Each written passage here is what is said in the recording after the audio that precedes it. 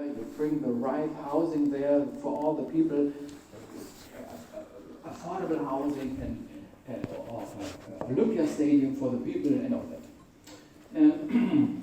So today we can say with every solved problem there are at least 50 new problems.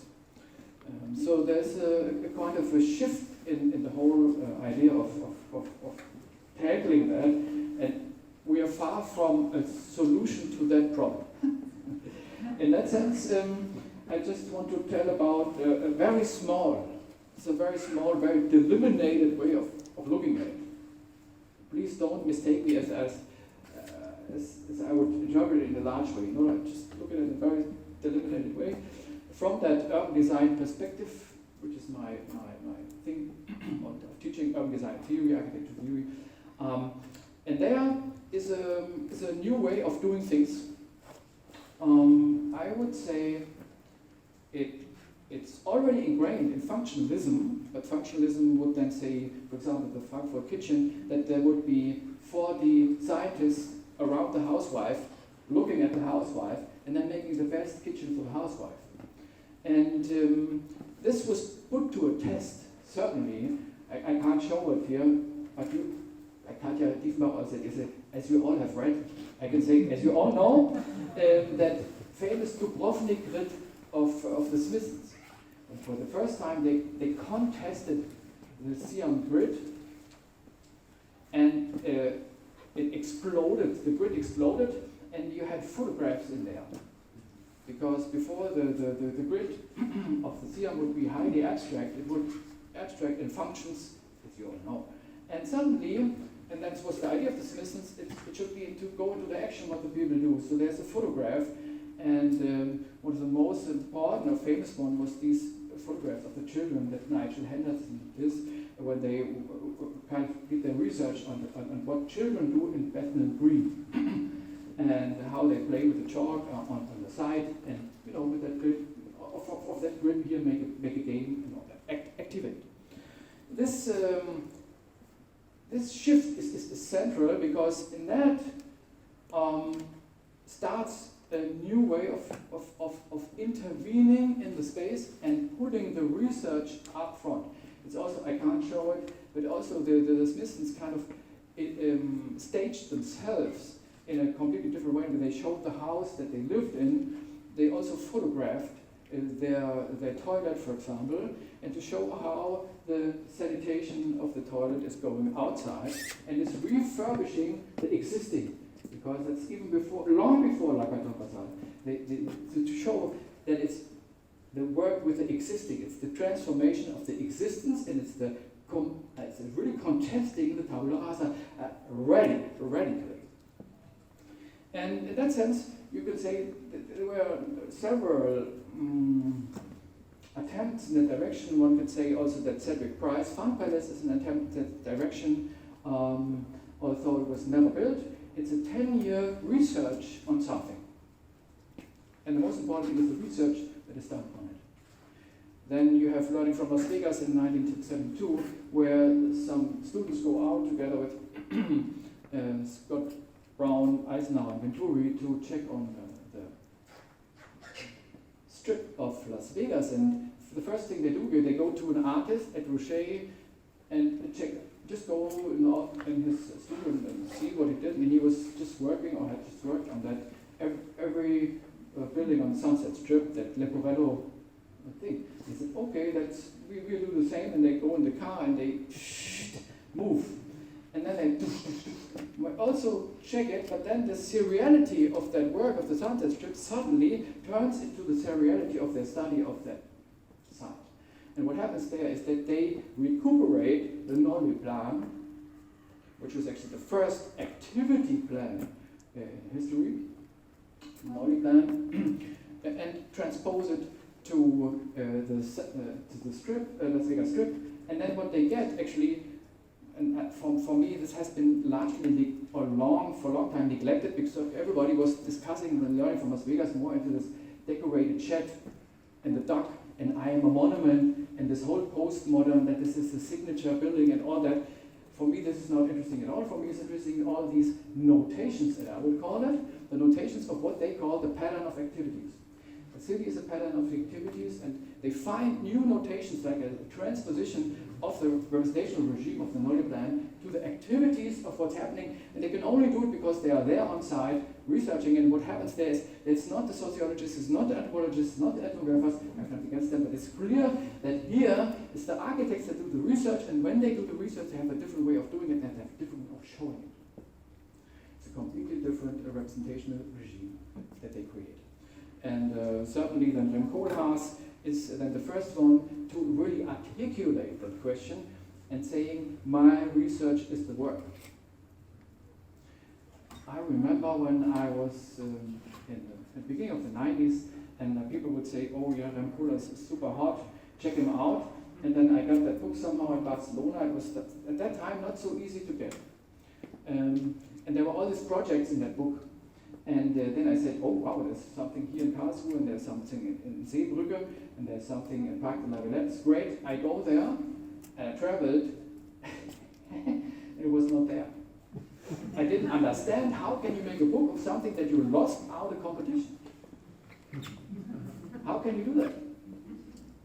Yeah, it was a completely new way of doing it. It's like showing the research you did on the project as if it was a work, even if it was not built. This was revolutionary, and this took on his whole idea of researching the urban and so on. It got so big that he now wants to research in the countryside. And after that, a lot of groups came, and I think one of the most important at the moment is Atelier Bauau, and the latest 2 years ago on the Architecture Biennale, the Japanese pavilion that they curated was also called architectural ethnography, which really indicates that question. And that leads me to where I started, 1, 2, 3, the fourth category for me. It's improvisation as technology. It's very different from that repair mode. Improvisation technology is the acting constructively with the contingency of an assemblage of actors, human actors, non-human actors, actions, discourses on sites. And there I don't say if actors on human, non-human, or human, I don't say anything about it yet as a definition. It's just a sentence that is a form with which to operate when you want to analyze a site. That's all. Then you can question what does it mean to be constructive and so on, but that's the core, because what this sentence entails is that you have to be there. You cannot do this, which I call this improvisational perspective. You cannot do it in your office. It's impossible. You have to be on site, and then you have to kind of, when you are on site, see something. It has been very common with the whole thing of Henri Lefebvre, Michel de Certeau, and so on, the production of space. Oh, it's over, doesn't matter. Battery is gone. With the whole idea of the production of space, and Michel de Certeau with the practice of everyday life and so on, it's now mandatory also in architecture school that you learn about that, and then you get the theory class. But then sometimes when you go out on the... Sorry, you want this? Would you like this? Yeah, it works. If it works. Let's try. Otherwise, you hear me also, right? No, it doesn't work. Sorry. You hear me like that? It's okay? Yes. Okay. So with all that idea of that the everyday is so great, and the has to be all found in the everyday. Today is really crazy. Unbelievable. Doesn't matter. Then you go out with the students, and most of the time for the students it's super boring, because after 20 minutes you don't know what it should all be about outside. Because to draw a museum goes super fast, in the sense that you are really sure of the vector of the intentionality that you can ingrain in it, and once you are out there analyzing the everyday, the intentionality just fades. And that's why I say it's very difficult to transpose this perspective of the tabula rasa, of the normal design, to the other, because then you need really the idea of reading the space as if it is improvised and not composed. That's the whole thing.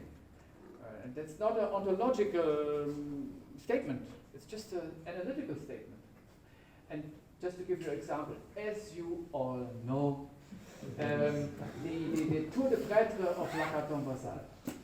And it's a very iconic project now, because they have really managed to refurbish and convert this steel skeleton building, which is actually the apotheosis of a social housing, of a gridded, pressed down existence minimum kind of regime of to turn it around, and as Jean-Philippe Vassal would say, to make it a luxury for all.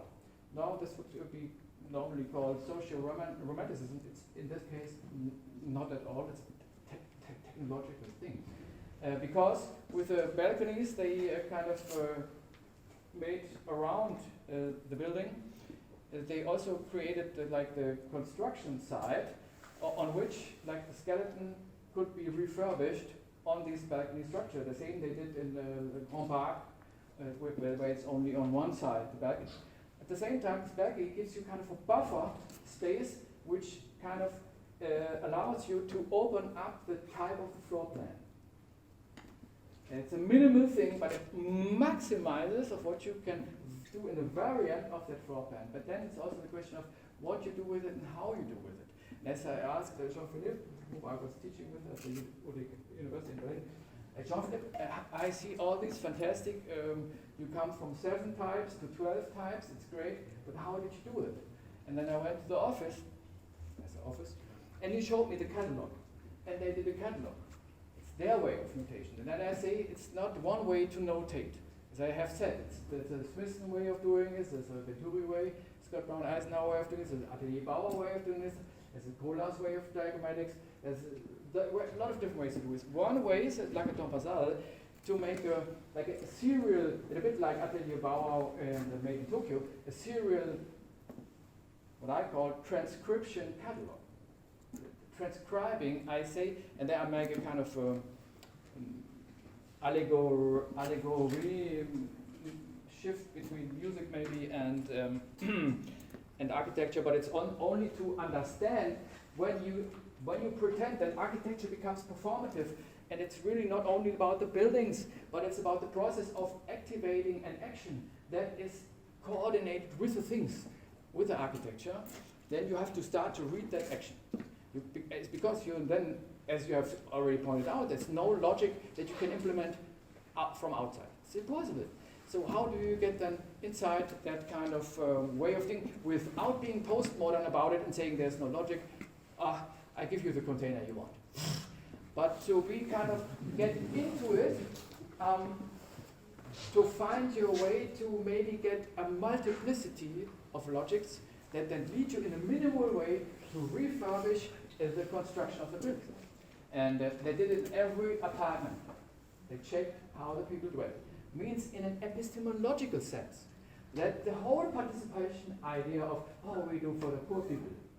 Oh, poor people, what do you want? Maybe we're in a participation program. Here you can draw. Oh, it's nice, but I can tell you it's not nice because it doesn't work. And but this paternalistic kind of participation which we see all the time. And it never works, and the oath, it's just an argument that for everybody to say, I hate it, or as Marcus Wiesner wrote, the nightmare of participation.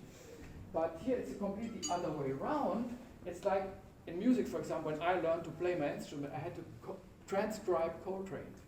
I could not just go into the new music department and get a score of Stockhausen where it's all written. No, it's not written. And even if it had been written, it would be not what it is. I would be completely outside of it. So I transcribed that Coltrane solo, and then the Derrida are always different. Because while imitating it, I will be different and so on. And then I don't know if I will be an individual, but I will be different. I will play differently, but I will be informed by the structures that come in the history of that work of art, that materiality that John Coltrane did. In that sense, it's not one-to-one, it's just on a meta level that the conception, if you transcribe, because what I do with Coltrane is I transcribe his action, the materiality of the action. So here with Lakaton Basal, it's really this catalogue of transcribing the improvisations of the people who dwell, not in the sense of I like people, but in the sense of they do something that is of knowledge value. That's the epistemological shift in that improvisational perspective. You need to understand what is happening with the dwelling, with the habitation, in order to then make the next step for you in the architecture. So that's what I call improvisation perspective, and it's the same way when you check on city planning and all that. That's what we now call Phase 0 and Phase 10. That's coming now. It's really the thing where it's not that you have a small check up what is the problem and then you solve it, but you go back and you ask behind the problem, what should the problem be about? Why do you think this is the problem? So it's a machine in the sense of Hans-Jörg Heinberger, an experimental system that is there to produce questions. And that's also how I see this whole machine there. And that it's not, I mean, this sounds now very simple how I put it, but I can tell you I had a hard time these last 2 days to get into it, especially since I was not there from the beginning, to find out actually how can I situate myself within that and check it out. So in that sense, it's all part of also a time regime that you implement with, and how you connect yourself with improvisation. Sure enough, this way of research is always not a scientific one, but it's also not a science fiction. It's always connected with design, because the architects, the urban planners, they have a design idea, but the design is more actually in how they constitute the research and how they constitute the ways of showing what they do. And in a lot of sense, you can also say that, for example, Raumlabor, for me, is a kind of answering the paper architecture of the 80s. With Daniel Liebeskind, who I was just talking to the other day, and he was explaining the whole idea that I can't go in. I skipped that large section. And just to say that this architecture that Daniel Liebeskind and also Peter Wilson, and in the beginning also Zaha did, the Folio series, you all have read the Folio series by Albert Kotarski, the AA, that this architecture has no referent. It has no referent. There's no building that is referring to.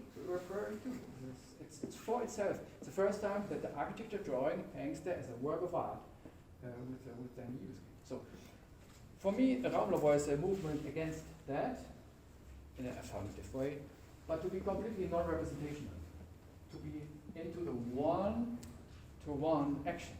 This is clearly a one-to-one model, a one-to-one intervention, which then later became also a representational question of how do we show that. At the moment we also work on a book on which tries to rethink that. But it's clear that the representational drawing at the beginning is not the core. The most important thing is a one-to-one model of that questioning a space. And that's the thing that's happening here, and that can be said of actually all projects of Raumlabor. And it's today the question how to get back from the one-to-one to the representation, because to be completely non-representational would be very difficult to, how can I put it, not to universalize is maybe the wrong word, but to really, I can also not say collectivize, but to connect, to make the knowledge transposable. So it's hard to do that without a representation. And that's a question then coming from that one-to-one representation to representation that can disseminate beyond a photograph. Even though that here in the Ruhrgebiet, this very famous photograph of the Küchen monument was made by Einer, and that made the Raumlabor famous, but still this photograph is not enough. Yeah, it's just an image. It's not diagrammatic in the sense that it really opens up into the improvisational structure that happened with the kitchen monument.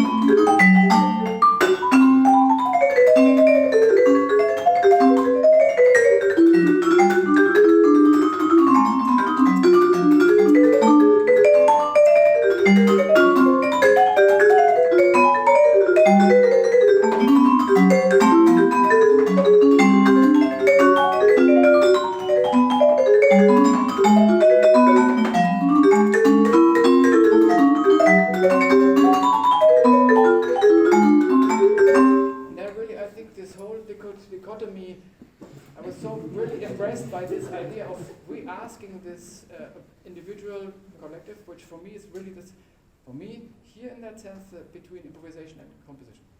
Because for me also, this is over. This dichotomy is actually over. Because for a long time you would say, yeah, there is no plan. What do you do? Is that, what should it be? Do you play by heart? Does it make any sense? If it were Beethoven, then it would definitely make a sense because it would be really an autonomous work of art. In that sense, we don't actually know what it is because it's just an improvisation and probably something went severely wrong because I could not read music yet, and so on. Yeah, so the whole question is now how to reread it. And there I'm at the complete beginning, I must admit. But just to give you one example to be concrete about it, I try to refer to the architecture question, but I also can maybe refer a little bit to the principal question of how to check that in music. Because I think that the way we think about music also has an influence on how we think action in general. But that's just an assumption also that that's just it's a working assumption maybe that I just came about when I listened to your lecture. That there's a question ingrained in why when I was a child I could not believe that this is possible at all.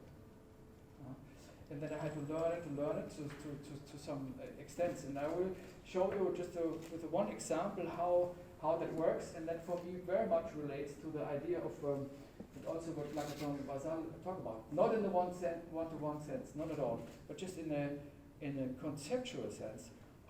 The idea of the minimal structure, which, for example, they use, especially Christopher Dell uses as a notion when he transforms a building in a minimal way.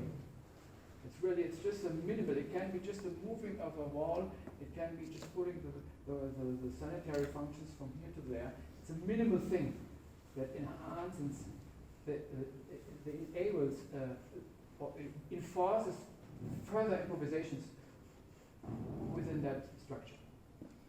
And in music, for example, how that works is because I would say I always recur to the fact that this is an A.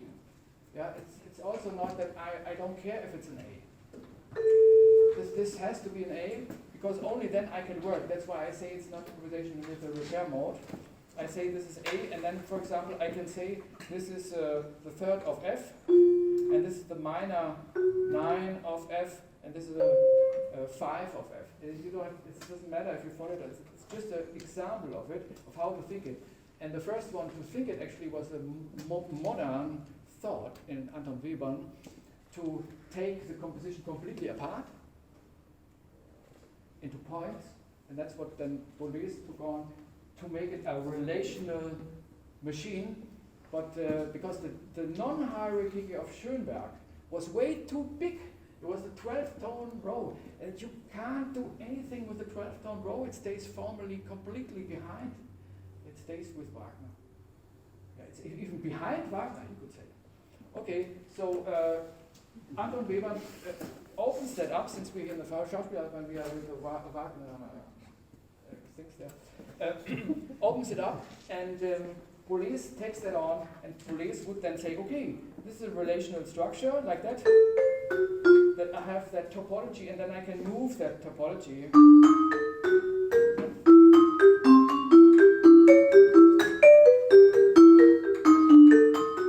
and put it, or as what Bruno Latour would say, and reassemble it.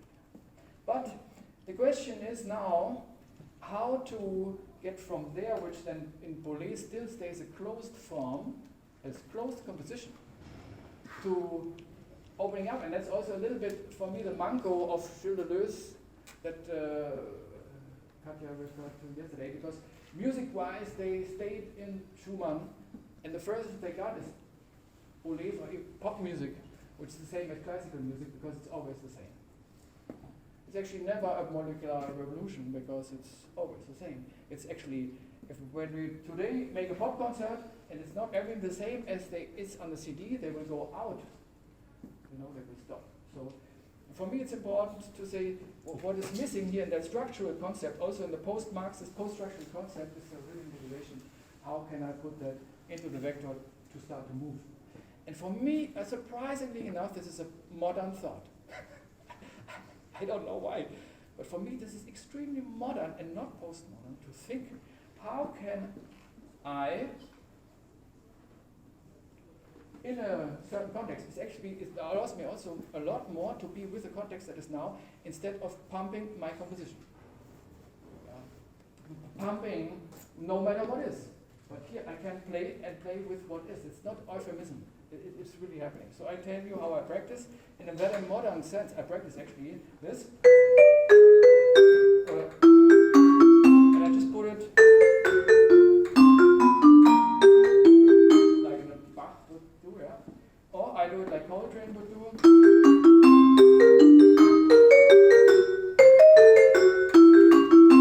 And so on and so on. And I practice all these structural assets to then, after reworking them in a catalog, strict catalog, reworking them.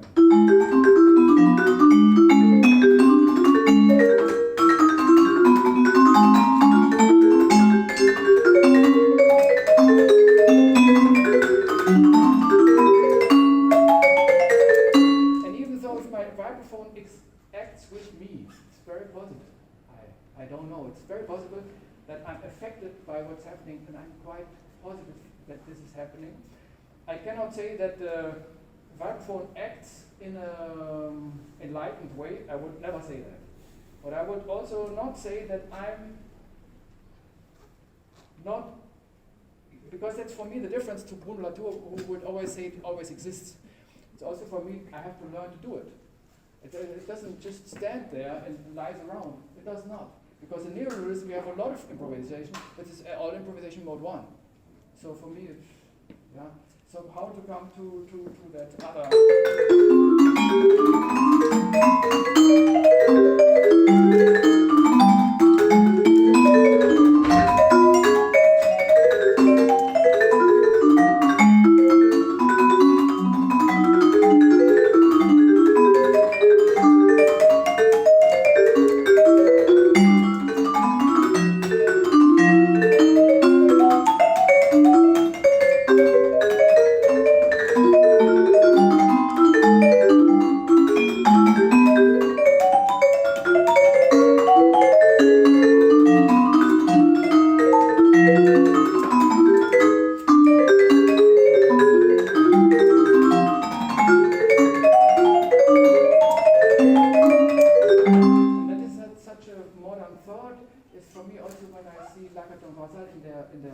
seminal publication, plus which they wrote before they even worked on Tour de Prêtre, is that they took a very modern iconographic photography of the Pierre Koenig case study house. I think it's case study number 7, which we all know, this iconic photograph, and they put it into a high-rise Plattenbau to say that the villa is possible for everyone, luxury is possible for everyone, and I still believe this is not social romantic, but to make this possible is important for the Plastische Demokratie. Thank you.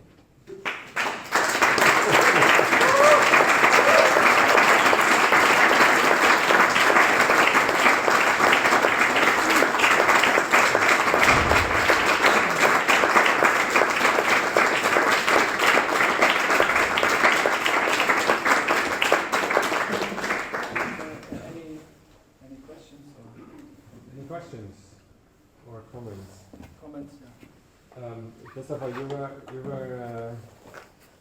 you were putting the idea of the composition as the other way of treating form. Yeah, if I would look at it historically, yeah, that was what is usually also in architecture put against each other. For me, that explodes. Okay.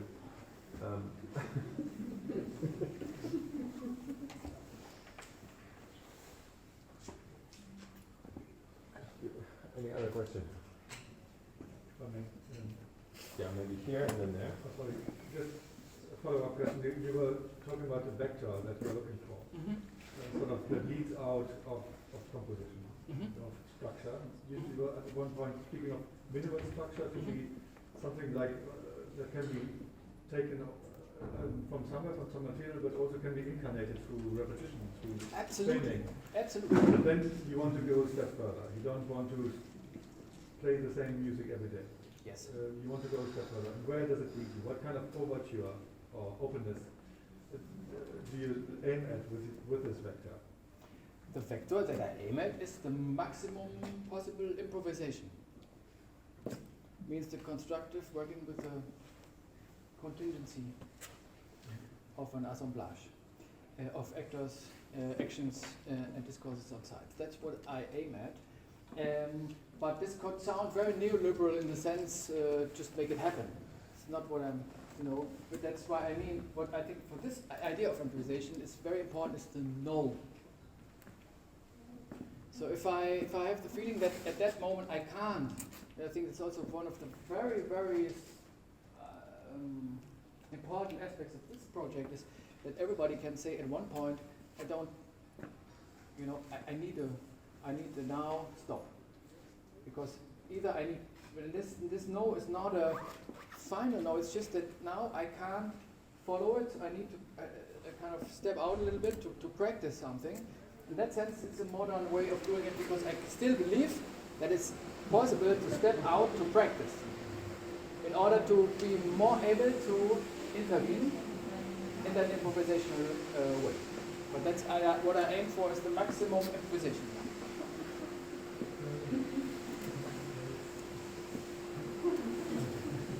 There was another question here. What is this? They're drying their hands in the toilet. There is that one. Try it.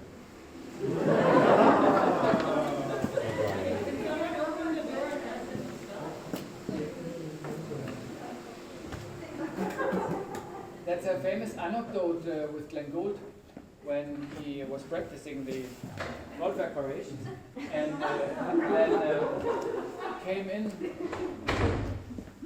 somebody cleaning the room and Hoover, or he called it vacuum cleaner, was louder than the piano. And he continued playing, he enjoyed it so much, and he, at that point, that's what he said himself, understood that Bach is pure topology. Just the body movement. That's the core. I found that fascinating.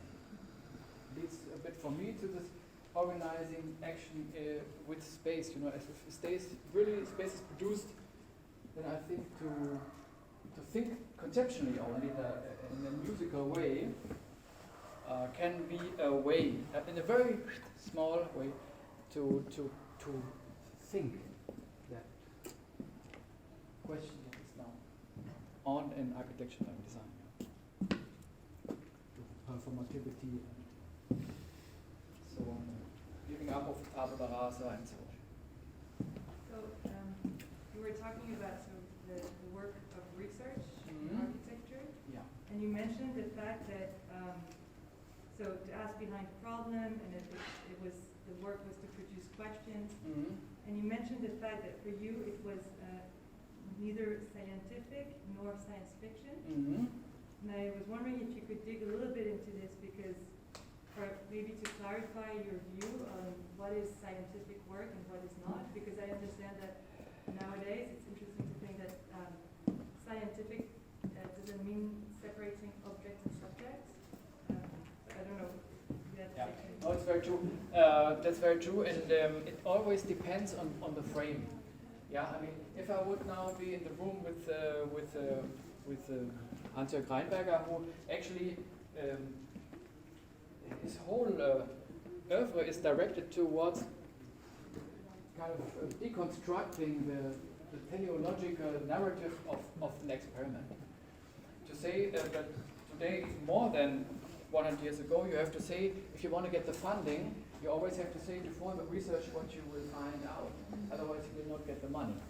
And so that's one thing, that's the political aspect of it, but the epistemological aspect of it is that Hans-Jörg Reinberger has clearly laid out and also, I mean, empirically proven. He says it's a tappen and tasten, but I would say it's an improvisation. That this machine of experimental system lets questions appear, but these questions are neither arbitrary nor fixed, but they are performative in the sense that they are connected to the construction of the framing that you know, to let the epistemic things, as he called it, appear. And if he uses the metaphor of the theater there, it's a bit misleading because in the theater here, there's no improvisation, believe me. Otherwise the thing would break down in 5 seconds. So that's why they have a hard time, and that's another thing, sorry. But anyway, so in that sense you're totally right. And maybe then, you know, if you look at that way of epistemology, historic epistemology, yeah, then it can be very well scientific in that sense. What I wanted to aim at is just, in an academic way, that there's this huge problem today also with funding, that if you want to legitimize yourself as an architect or whatever artist in the university, you nowadays have to write a PhD and have to do artistic research, otherwise you will not get the funding. And so if you do that, you have to kind of, you know, also pretend that it's scientific in a certain way, that people think it's scientific, which is never the Hans-Jörg Reinberger way to believe in. So in that sense, that's why I said scientific to articulate that there is non-objectivity, really declared non-objectivity, which is by no way meant in a postmodern way, I don't care or anything goes, not at all, it's the opposite. Actually, it's more close, as far I can tell, for urban design architecture. That's for 100%. If I look at what Reinberger is doing, is what Bell architects and so on, it's a lot closer to what's happening. That's for sure. But still, you know, it's also positioning itself. The position that it talks from is the design position. I'm not pretending to make research in a whatever sense to be submissive to a certain regime of funding and academic something, but to be totally clear and obvious about it. I think that's very important, that they are very obvious and clear in stating that. That's what I meant by that. Other than that, I very much agree to your point. I have another question which is related to what she just asked you, is that with comparing architecture and music, sometimes we're referring to this word of experimentation, which is something close to improvisation. And at some point in the USA, there was John Cage doing things really in an experimental way, but with a lot of sense of humor and doing many various things. And at the same time, you had Pierre Schaeffer in France, who was doing experimentation, but with a lot of protocols and methods. And that's related to what you say about having a scientific approach to experiment. And we often say to the many students that came to us to ask about what are you doing, how you do things, we always say we don't have protocols and methods, and to us experimentation is closer to the John Cage approach than to the Pierre Schaeffer. So I have a question which is for both of you and Romlabo, is then if you're closer to this idea of experimentation, how can you share your tools? How can you teach? And how can you, let's say, give tools which wouldn't be methods and protocols? Yeah. Can I answer and then I give it to you? Is that good? Because this is a fantastic question. It's great because it shows a dilemma, that's for sure, that I was already pointing at a little bit earlier, that how to make it kind of a knowledge that can be disseminated. If you are so really radically anti-representational about it. Yeah, like this one-to-one kind of like Exist or Bellastock construct lab and so on. Like these architecture groups that do one-to-one. And I would say that just do whatever you like. That's what I would say, because it sounds simple. It sounds simple, but for example, with Cage, with Cage, he was like that. He was very unscientific about it. That's for sure.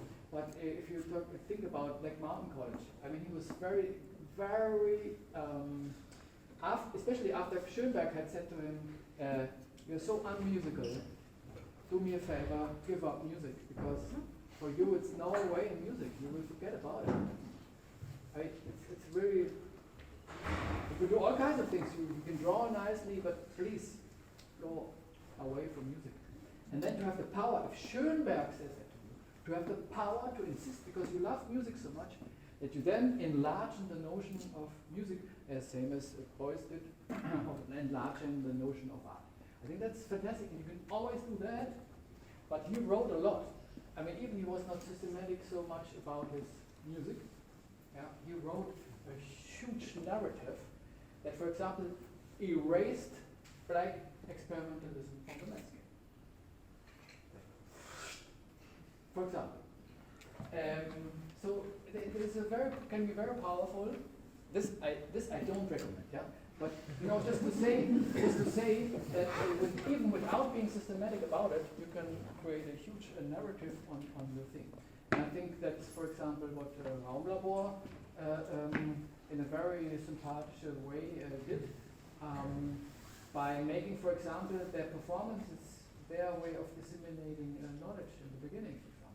I remember 2003 we were at that symposium with Anne Brandluber, and so there was no lecture given by Raumlabor, but they were doing a procession with lamps. And there was, just questioning how to disseminate knowledge, how to do that. Because it can also be done in this way.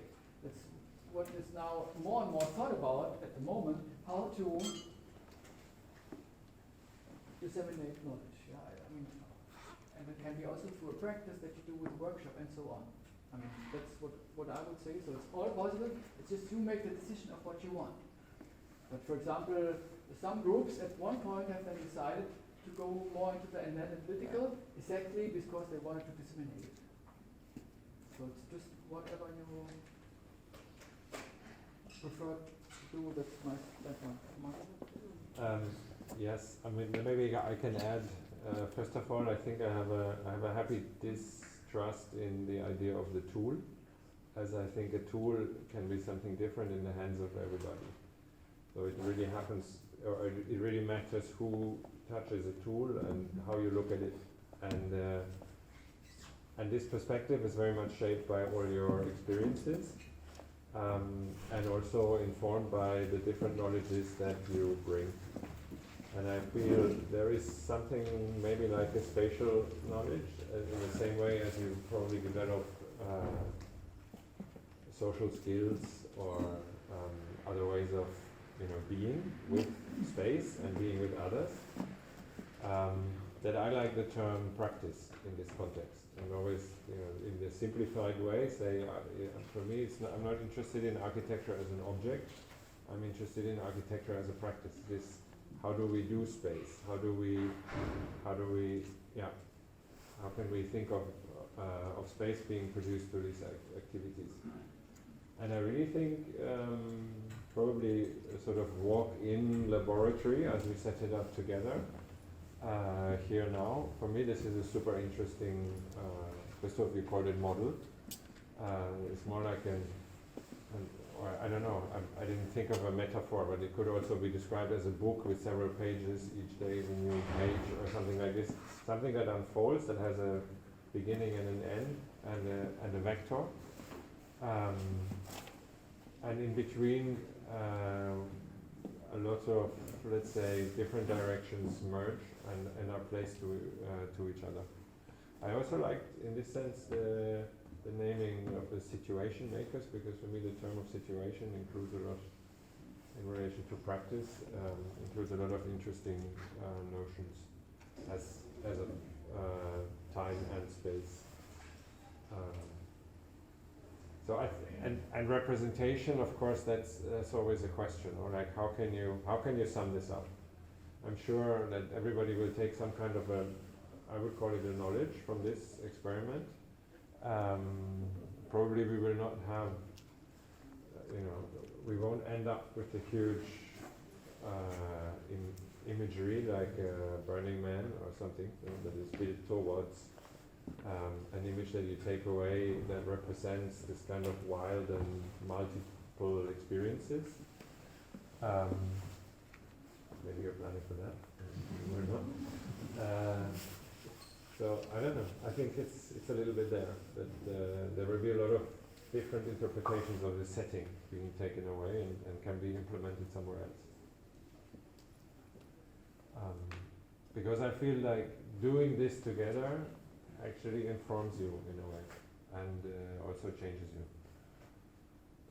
As I said in our conversation, that that's another, the molecular change, or this, the change that our body actually changes through the way we communicate physically with the environment, and I become some of the bacteria. DNA blends with my DNA, and I'm completely different now to when I was born, because of all these interactions over all these years. And I think something similar is happening here, but it's maybe that's very blurred.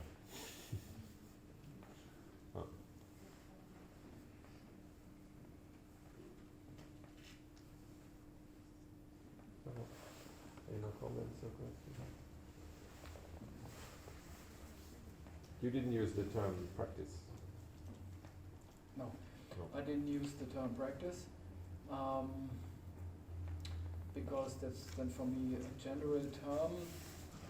So I rather use the word action, but because for me then action is more general, and because also the action is the way that planning is conceived. Planning is normally not conceived as a practice, but as an action that I take in order to change or transform according to a plan.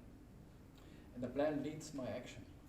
So, and that is also ingrained the dichotomy of structure versus action, or versus agency, and all that, which falls apart in improvisation, and for me also falls apart in this project.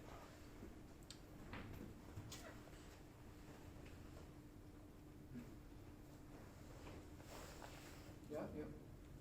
I was going to ask a question about like the comparison between this to a scientific experiment as well, and how in a scientific experiment you might set control variables which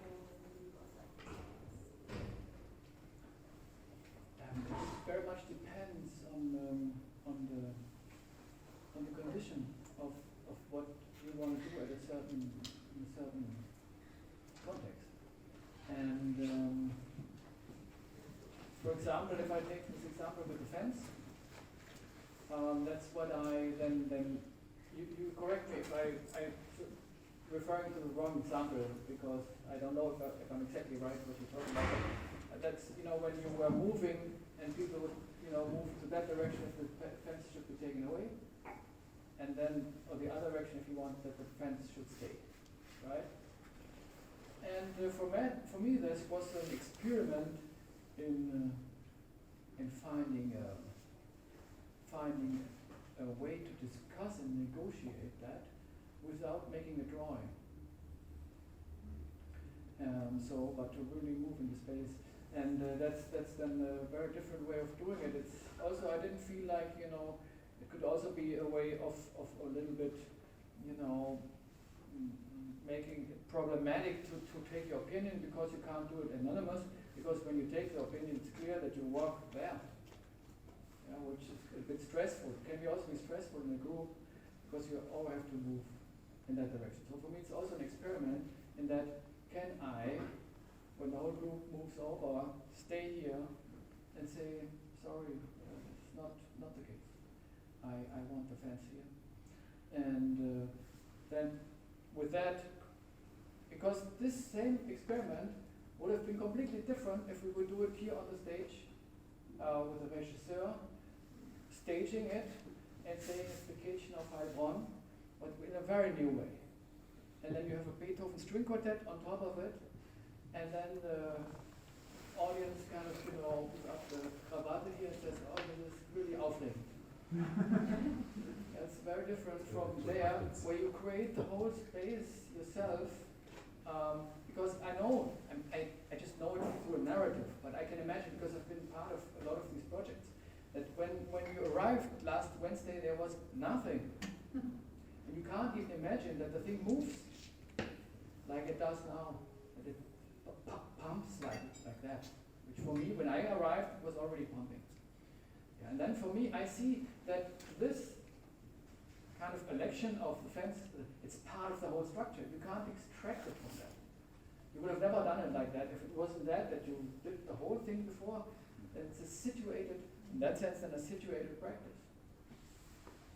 But you take it in a structural way. If you go back then what Luca asked about, that minimum structure, you make a very, very delimited structure in which you can improvise. And improvisation is just yes or no. And it's part of the improvisation because it forms the further improvisation where it goes more apart. Because then the next day people maybe walk through, and then you will have the situation what to do with the people that walk through. But then it's not improvisation mode 1 because you just took the fence away because you thought, no, you discuss it deeply. So you are prepared to the contingency because you make the contingency really as a part of the political process instead of negating contingency, which is the neoliberal project.